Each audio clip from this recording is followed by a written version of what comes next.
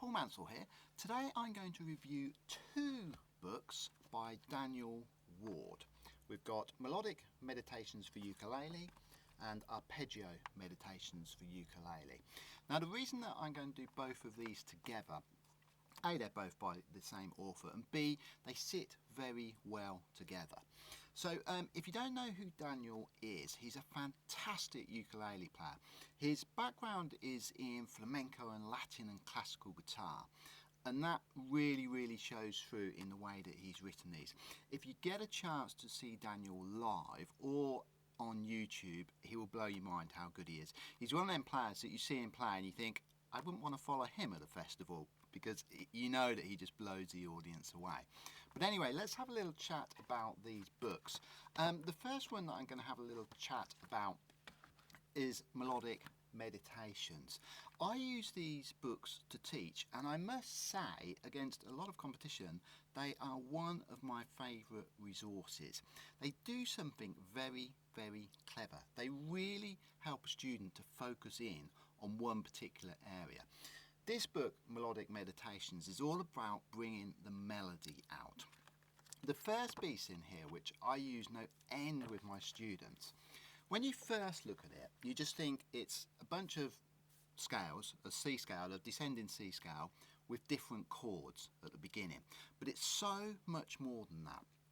This teaches your beginners a very important lesson about keeping chords down and getting notes to ring out.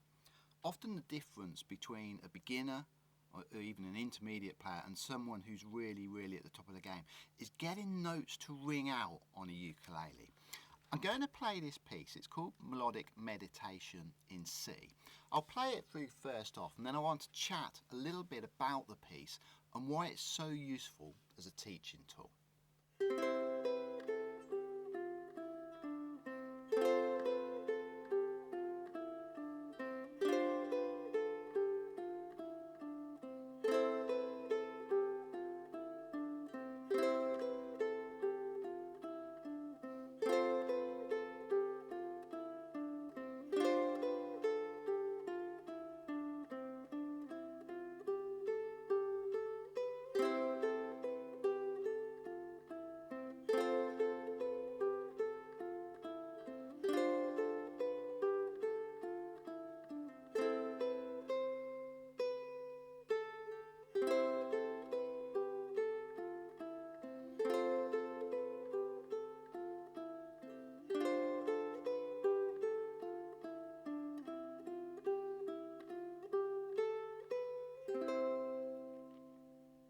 So first off, it's a beautiful piece. Who wouldn't want to listen to that?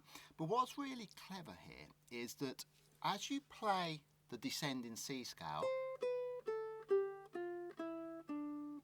the chord at the beginning must stay down. What we don't want is this, which is what most beginners end up having. This piece teaches you to hold the chord down. You're peeling it back bit by bit to really get that lovely legato feel to it. It also teaches you how important it is to get a smooth transition between the notes. Each of those notes is merging into one another. We don't want da, da, da. We want da, da, da, almost like a human voice descending. A lot of my students, when they first look at this piece, they think, yeah, that's pretty simple, descending C scale, different chords at the beginning. And I would say 9 out of 10 of them, when they first do it, take that chord off. And it's only when you begin to keep the chord down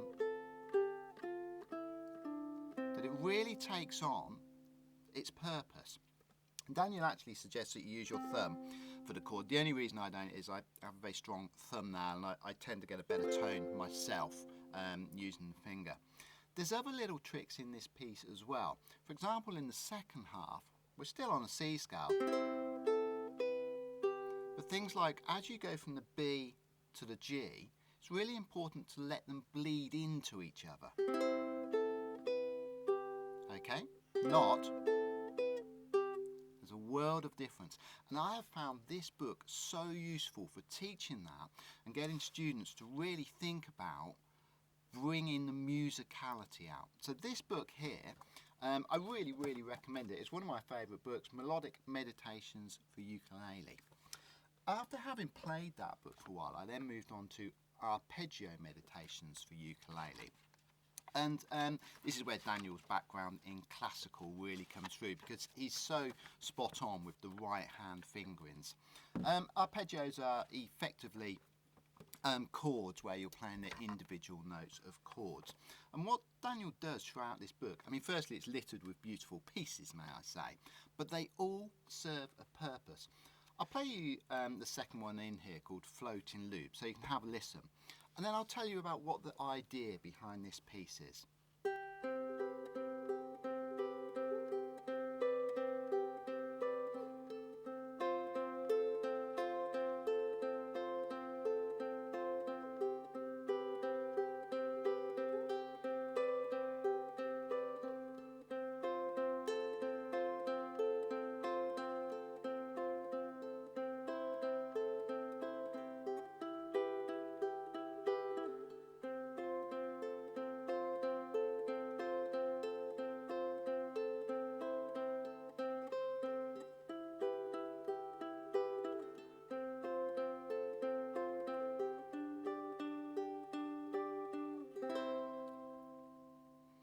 Again, not an overly difficult piece, but incredibly well written. The reason is, it's got a lovely pattern on the right hand, P, I, and then M and A, then back to I. And this is teaching you to be able to do a pattern in a syncopated manner and move your right hand. Often what happens, if you're doing this, when you move your right hand, your brain thinks, oh, something's gone wrong. I'm doing the same pattern with my right hand, but I'm getting a different sound. And you have to overpower that.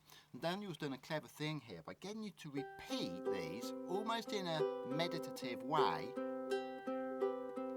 It gets into your muscle memory. This piece also trains you to do things like moving your fingers at the correct time. If you watch my move on the first two bars, you'll notice that sliding from C major 7 to C major 9 is all about timing. It's all about using the open notes. Move. So as I'm playing these two open strings,